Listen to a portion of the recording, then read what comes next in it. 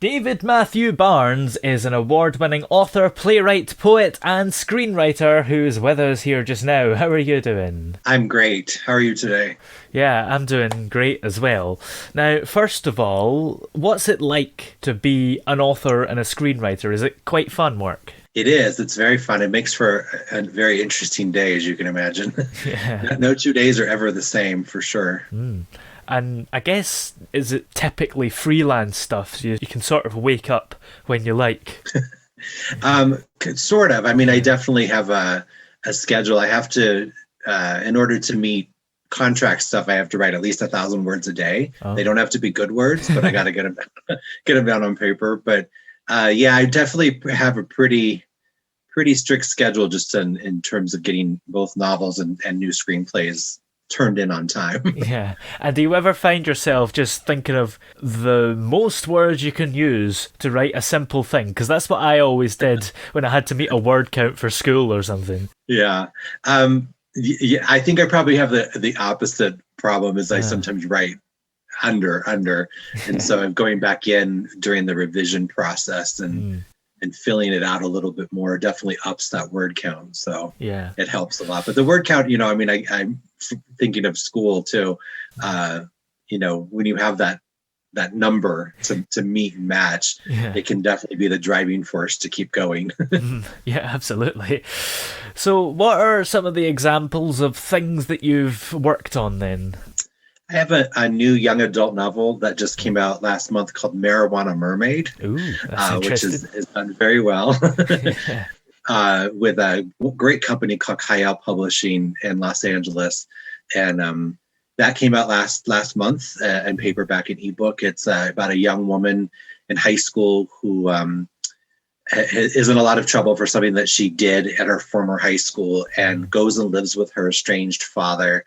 And while doing so, she meets two very popular girls in school who seem to have it all. But as they sort of draw her into their web, she realizes that breaking away from them won't be an easy thing to do. So it's a lot about consequences. It's a lot about female teen rebellion and just some great messages in there too. But readers have really responded to it well, and critics. So I'm very grateful when anybody ever embraces something I write and put out there. So that's been the most recent project. I have a couple of new stage plays out as well.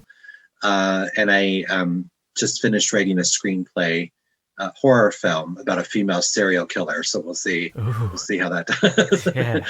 Kind of all over the place. I write in 4 different genres. So that's again makes for a very interesting day for sure as a writer. Yeah. And what are the 4 different genres that you work on then?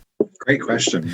So I write in young adult, as I mentioned. So I write a lot for young people, primarily older teenagers, like I'd say 16 and up. Yeah.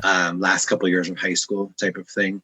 I also write in horror. Horror was my first love, horror films especially. I love horror movies from the 80s, like slasher movies from the 80s. I don't know why, but they speak to me. I also write romance, strangely enough. So they're like 2 opposite extremes between horror and romance.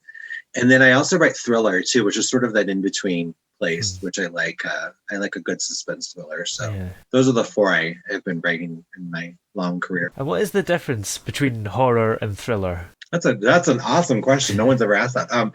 I think for me, and I don't know if there's any like textbook definition, but for me, I always think of horror as upping the gore value a little bit more. So there's a little bit more bloodshed in the horror.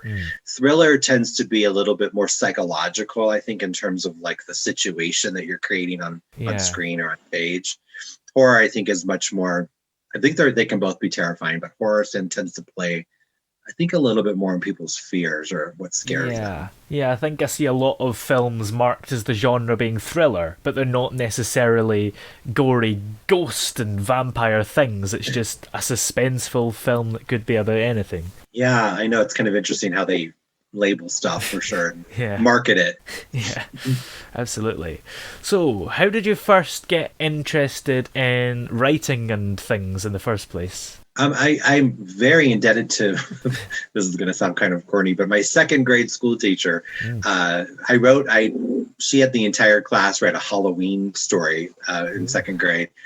and I turned in a 5-page sort of mini epic called The Blue Witch, about a witch who was sad because she didn't want to be a witch anymore. So I'd written like this emotionally complicated character at the age of 7. Wow. So my teacher kept me after class. I thought I was in trouble. Mm. And she said, no, you've got this really great potential and you need to foster that. So she reached out to my parents, my mom specifically, and so kind of planted that seed. And my mom was both my mother and my grandmother were very encouraging. So when I was about 13, my mom set me up with a secondhand typewriter and I didn't know how to type. So I had to teach myself how to type. And that was the beginning of the crazy career I've had. Yeah, a typewriter must have been fun. I guess things have come a long way since then. For sure. Definitely for writers. Yeah. I mean, yeah, but being 13 and sort of like, trying to figure out where the keys were, I think it was definitely a challenge, but one that I'm looking back, I'm very grateful for that time. Sure. Yeah. And what advice would you give to someone who's just starting out and thinking about maybe pursuing writing as a thing they want to do? Yeah, I get that question a lot because I've in my life I've been a teacher for 15 years of writing. So what I tell students, what I tell young people coming up, what I would tell writers that are just starting, because you can start at any age to be a writer. The most important thing to do is just to sit down and write every day and give yourself a chance to grow. Like start out writing 100 words a day. And then once you get that down, write, 200 a day. Yeah. I think what's really important is to write without fear. So often that inner critic stops us from being creative, and just, whatever I could do to encourage somebody to push past all that doubt and fear and just get your story down on page. It's so important for writers to know that you're the only one who can tell your story. There's nobody else who can own that or tell it. So it's your story to tell. Yeah, absolutely. And it's always worth to try. And your first work might be rubbish, but it will get better. My early works certainly were. Yeah, absolutely. So how does it work in terms of getting work? Do you have to pitch things, or are you sometimes commissioned? Is it a mixture of both? A mixture of both, for sure. So I often the screenplays are commissioned. And so, for example, I'm working on a romance screenplay right now called Running for Love. That was it's commissioned work. I also do some pitching as well. I have a great management company who does some of the pitching for me too, definitely on the screenplay and the TV series side of things. For the books, typically with the publisher, I work with, between my plays and my novels, I work with 7 different publishing companies. So depending on the publisher, sometimes I'm pitching, sometimes I'm just submitting the manuscript in full and completion. So, and then you kind of wait. And I think that's the worst part of writing, is waiting to find out the fate of your story. Takes a lot of patience. Yeah, absolutely. It's quite a thriller in itself. And what would you say are some of your favorite movies and have maybe inspired you? Oh, yeah. One of my all-time favorite films is an Italian film called Cinema Paradiso. It's a homage, a tribute to cinema and movies. It's a beautiful film with a beautiful score. That's definitely been a very impactful film for me as a screenwriter.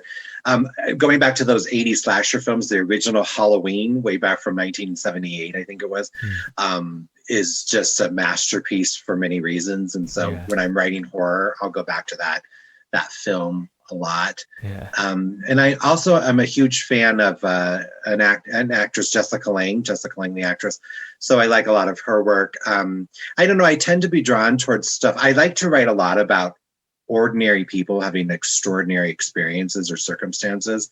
So those are the types of films that I'm usually drawn to, is similar in style and so forth. But a lot of people don't like to watch a film with me because I'm looking at it from that critical lens of screenwriting. Oh, yeah. And how are films being done in America at the moment? Are cinemas kind of open, and is production still working in an unusual way? Yeah. So production's slowly coming back. It's definitely open up and running, not at the same level as it was before the pandemic. You're seeing more and more, even every day, more and more cinemas, movie theaters opening across the country. The one closest to my house just finally opened, and it's been shut down for 15 months. Wow. But not all of them. Some of the smaller, like art house cinemas and indie film art house movie theaters, those are not opened up quite yet where I live. I'm in Denver, in Colorado. But yeah, it's exciting to see it. But in terms of production, I think everyone's ready. I think everyone is ready to get back to work and start making more movies and more content just in general, especially for TV too. Yeah, because in a year where basically all we've done is sat at home and watch movies, it's been more important than ever to get out and make more, because we've watched every film in the world this last year. We've run out of them. We need more. Right, we need more good ones too, because some of the stuff I think we watched over the last year might not have been, the highest quality, but we may do. I think we may do. I agree with you. I think I watched more movies and more television in this last 15 months of my life than ever before. So. Yeah, I think right at the start of the pandemic, I watched about 5 movies a day or something, and I kind of stopped that because I just got sick of it, because about half of them I watched were awful and boring, so I'd rather just be doing nothing.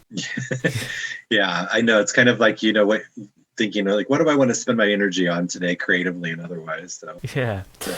And do you have any relation at all to Barnes, as in Barnes and Noble? I wish that I did.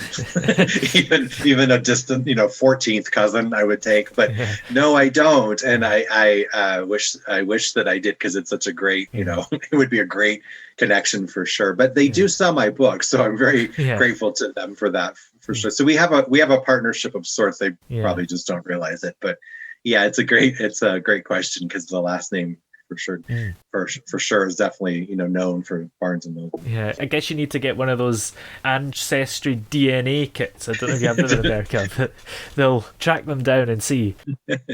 So if we're interested in checking out all your work, and if you have a website and stuff, where are we able to find you? Yeah, I'm always happy to connect with readers and fellow writers via social media. I'm on all the social media platforms, but my website is dmatthewb.com. So that's DMATTHEW.com. Or dmatthewb.com. Sorry, I should know the URL for my own website. But yeah, and there's all kinds of information there about books and so forth. I've written 13 novels, and those are all available through major book retailers. So if anyone's ever interested in reading any of my novels, they can find them through all the major book retailers. Absolutely. Well, thank you very much for coming on the show today. It's been great to have you here. Thank you very much for the invitation. I appreciate it. Great to be here.